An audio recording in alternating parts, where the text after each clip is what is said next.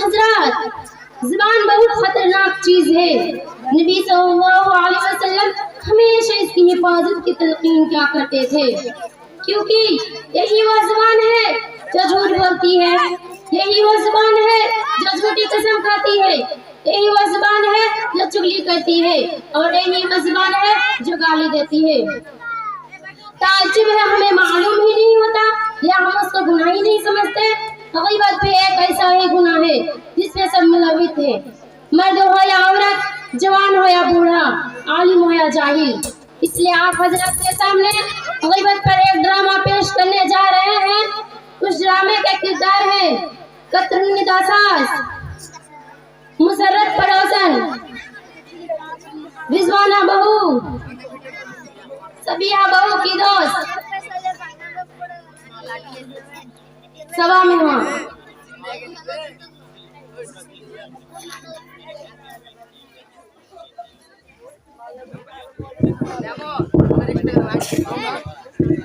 अस्सलामु अलैकुम। वालेकुम सलाम। बहुत दिन हो गए मुलाकात नहीं हुआ। बैठो बैठो।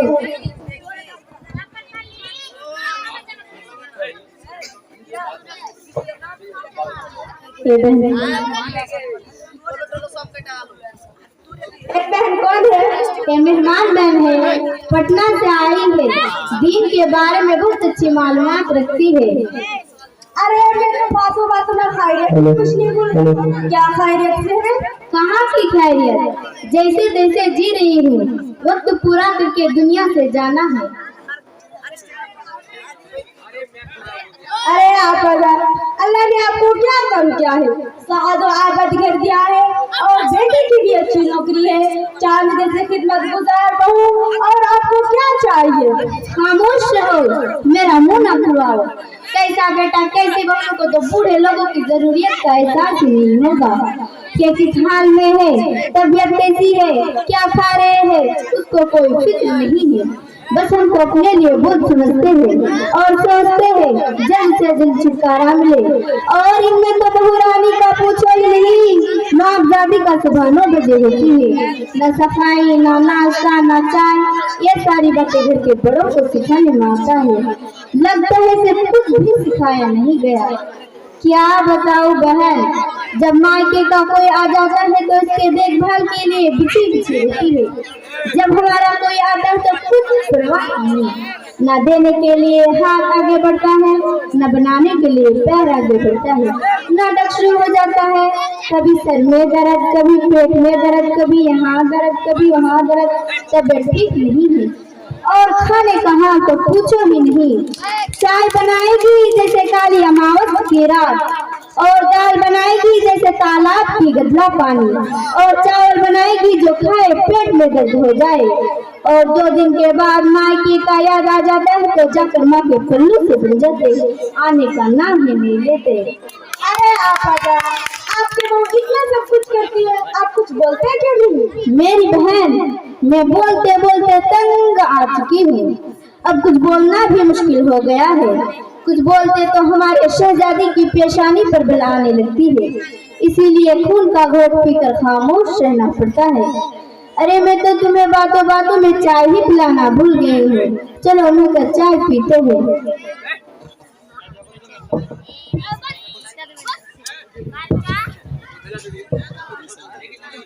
यह थी सास और सास की पड़ोसन सहेली, जो दिल खोल कर बहू की गिबत कर रही थी। अल्लाह माफ फरमाए, कितनी बुरी हालत है।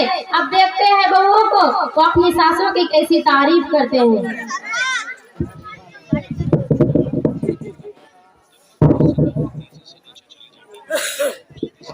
अस्सलाम वालेकुम व रहमतुल्लाहि व बरकातुहू। वालेकुम अस्सलाम। कैसी हो बहन? क्या बताऊं, ठीक हूँ ठीक नहीं भी हूँ। अरे कैसे दुनिया की बात कर रही हो? क्या बताऊं, जब तक सास का साया सर पे मुसल्लत है तब तक चैन कहाँ है। तुम कितनी खुशकिस्मत हो, तुम्हारे सर पर सास का साया है। क्या खुशकिस्मती की रट लगा रखी हो। भला और भी कैसे चैन से रह सकती है जिसकी मेरी जैसी सास हो। एक बात पूछूं? हाँ पूछो।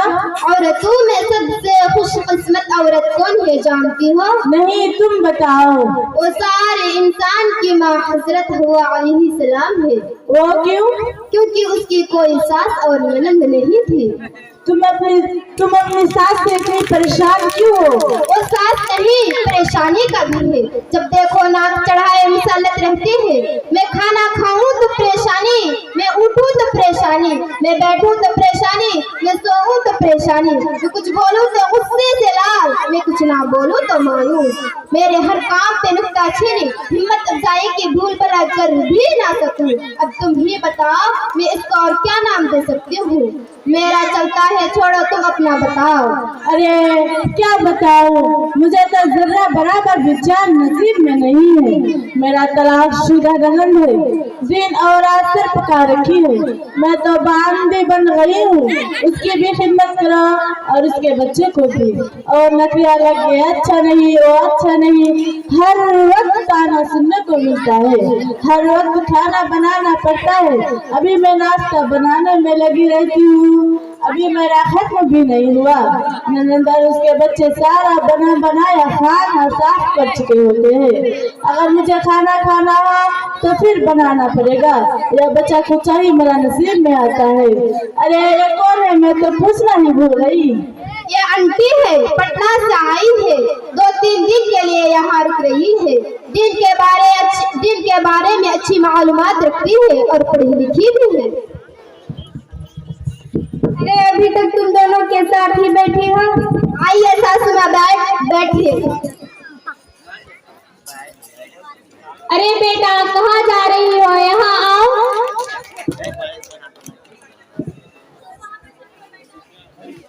माफ करना आंटी, हमने ध्यान नहीं दे।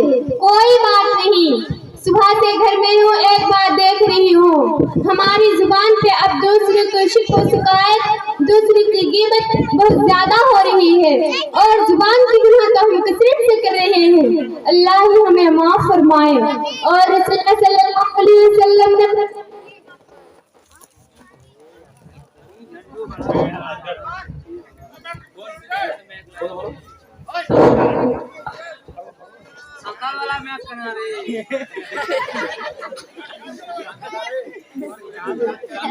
कोई बात नहीं, सुबह से घर में हूँ, एक बात देख रही हूँ, हमारे जुबान पे अब दूसरों को शिकायत, दूसरों की गिबत बहुत ज्यादा हो रही है और जुबान की गुनाह तो हम कसरत से कर रहे हैं। अल्लाह ही हमें माफ फरमाए। और हम औरतों की बहुत बुरी आदत हो गई है, जहाँ 2-4 जमा हो गई, दूसरे का तस्करा, दूसरे की चुगली हमारी तबीयत का हिस्सा हो गया है। महज वक्त गुजारी के लिए हम ग़ीबत करना शुरू कर देते हैं और उसके नुकसान का जरा भी अंदाजा नहीं। सुबह आपा और उसके पड़ोसन की बातों पर और अब के बातों पर हूँ, ये सारी बातें ग़ीबत है।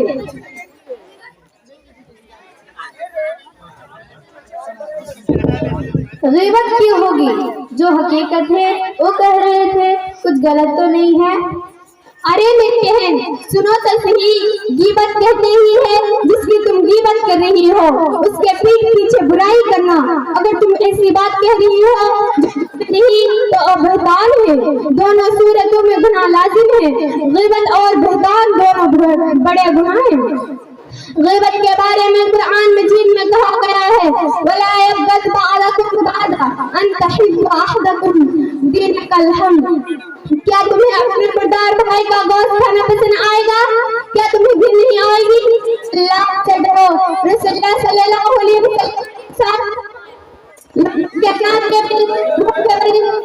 लोगों के नाक के बल, मुंह के बल या जुबान के बातें ही गिराएंगे।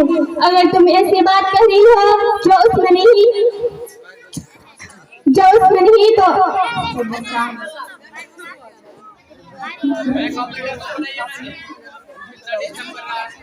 ये गुनाह देखने में बहुत मामूली नजर आता है, पर इसमें लज्जत बहुत है। खुदा ना करे अगर किसी को इसकी रेत लग जाए तो आखिरत की बर्बादी में कोई शक नहीं। हमारी आखिरत बर्बाद क्यों होगी? क्योंकि जब हम किसी की गुनाह करते हैं तो हमारी नेकियां उसको दी जाती है, नेकियां से नामाए अमल खाली हो जाती है, फिर भी उसका हक बाकी रहा तो उसकी गुनाह पर लादे जाएंगे। मेरी बहन, तुम्हारी गुफ्तगू सुनकर मुझे एहसास हुआ कि मैं इतनी बड़ी गलती से बचला थी और इतने बड़े गलती को अपने मुंह से छुटकारा मिली। टाइम पास का जरिया समझती थी। मैं वादा करती हूँ आइंदा किसी भी की पीठ पीछे बुराई नहीं करूंगी और जुबान की सारा गुनाह छोड़ दूंगी। आंटी, अल्लाह आपको सदा खैरियत दे। आपने तो हमारी आंखों पर लगी पट्टी खोल दी। हमें तो पता भी नहीं था कि ये गुनाह है। मैं वादा करती हूँ किसी की पीठ पीछे बुराई नहीं करूंगी। एहसास हुआ। अरे, मैं तो बहुत लोगों के पीठ पीछे बुराई की है। अब हम क्या करें? सबसे पहले अल्लाह से तौबा करो, फिर उससे माफी मांगो जिसकी आपने गिबत की है। जज़ाकल्लाह खैर, तुम्हारा बहुत बहुत शुक्रिया। तुम मुझे इतनी बड़ी गलती गुनाह से बचाया। सासू हमें आप माफ कर दीजिए। हमने आपकी पीठ पीछे बहुत सी बुराइयां की है। हाँ बेटा, मुझे भी माफ कर दो। मैं भी तुम्हारी पीठ पीछे बहुत बुराई की है। आंटी, हमें भी माफ कर दीजिए। हमने आपकी पीठ पीछे बहुत सी बुराइयां की है। हाँ बेटा, हमने भी माफ कर दी।